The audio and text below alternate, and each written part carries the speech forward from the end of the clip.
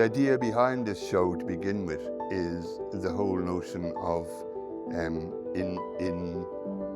1966, I went to Roundstone in Connemara with my parents for the first time, and there I met a Franciscan brother called Brother William, and Brother William ran this amazing market garden, and it was the main veg shop, I suppose, for the village of Roundstone at the time.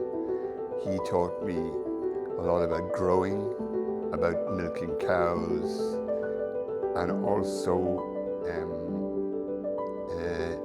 making hay.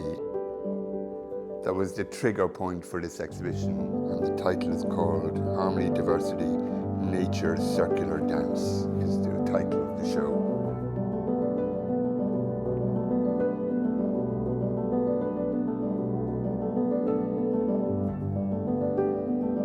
Colours for me are like emotional language. That emotional language changes as you're working through the process, but it also changes as the light in the studio changes, as the light moves around. So what I find really exciting at 9 o'clock in the morning mightn't feel very exciting at 10 o'clock at night. You know what I mean? It's to do with your response and how you respond to the colour. So that's where balance and form becomes really important for me.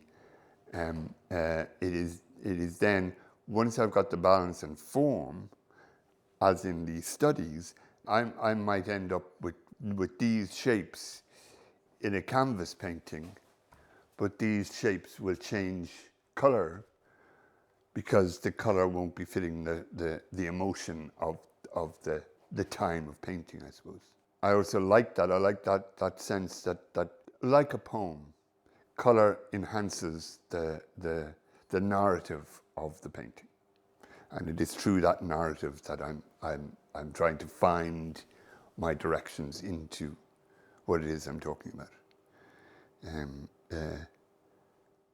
And for every painting that you're seeing here, 3 of them haven't worked.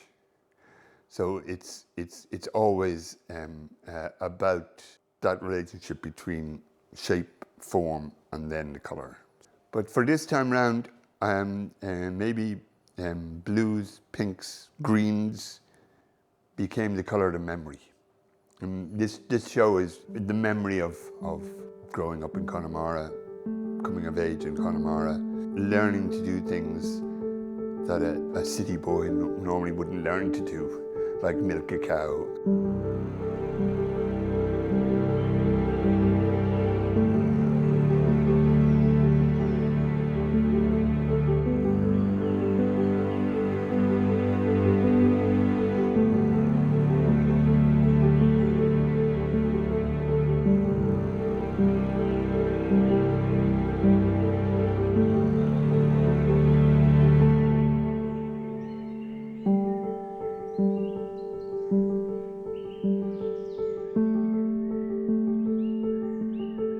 Painting, for me, has to be about my love of nature and need to look at what are the things we can do to just help biodiversity.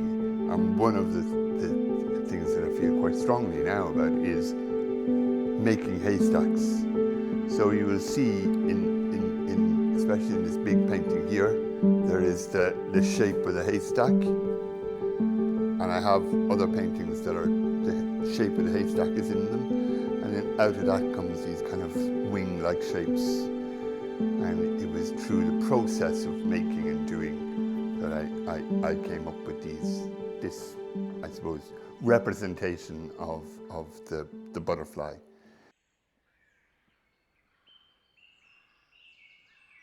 In a traditional meadow field, there is a diversity of plant life, which is in turn keeping a diversity of flowers, of grasses, of then insects that specialize in those flowers and grasses. That's what I was thinking of when I started first. And that's why the whole idea of the show, the initial idea was butterfly news.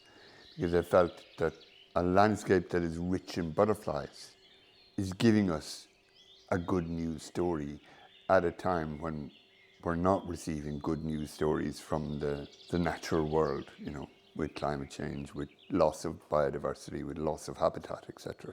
For me, it is through abstraction that I enable myself to understand what it is I'm talking about.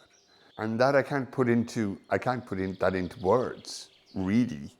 I can only say it is something that is an innate understanding of the language of paint and the language that I'm trying to use in the painting. So the process starts with writing down a few things, maybe reading some poetry.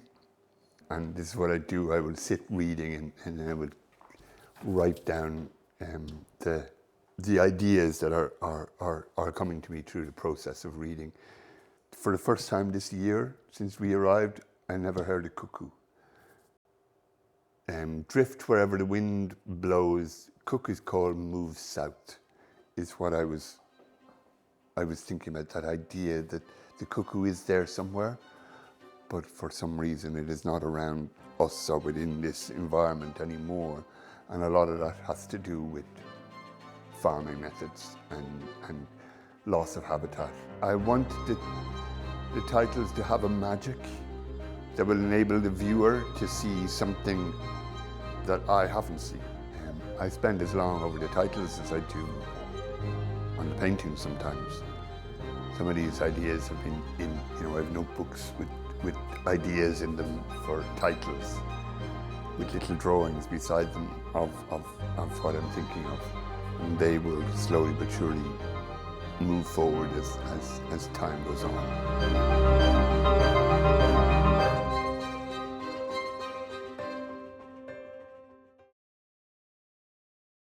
So this painting here on the wall, I titled this painting, is called the Night the Crickets Gossiped.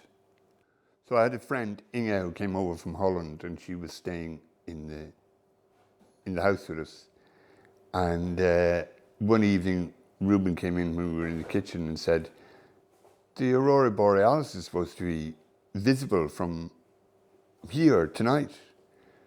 So at about 10 o'clock, we went out, the three of us went out into our backfield, and here was the Aurora Borealis in full display. Absolutely stunningly beautiful.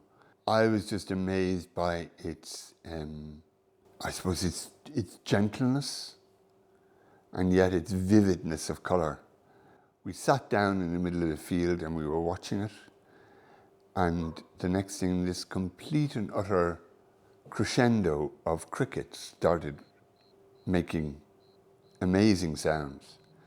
They were almost in awe of what was happening in the sky around them, and I'm sure there was some sort of change in energy in the atmosphere that enabled the crickets to get excited. But you know, as you start to paint these, you get the story of the painting, the story of what's happening. But as you paint the painting, other things happen. And that's what for me is so exciting about the painting process, is that other things happen as you're working through the painting process. You see things, you see colour. You know, you decide on your colour palette, and then you see those colours intermingling with each other, and something happens. I mean, like, look at what happens. So this is a Prussian blue over a mauve with this streak of French ultramarine through it, and then these lines here. So suddenly it became kind of very transparent and very layered. I spent hours working on that little section alone, just because I was getting excited about the way the paint was working. And that in turn started to inform the rest of the painting. Now I do have this one rule in my painting process, that if I find a piece of the painting that is working so well that it's enabling me not to work on the rest of the painting, you know, because then I paint that out. I get rid of that section to enable the rest of the painting to happen. But that came very late in the painting process, and I think it gives that idea of transparency and stillness and everything that was happening, whereas this has some of the movement of paint that was like the Aurora Borealis, which is, undulating like a curtain, or like as Rubens said, they reminded him of sheets in the wind. And I thought it was a nice analogy of, so, yeah.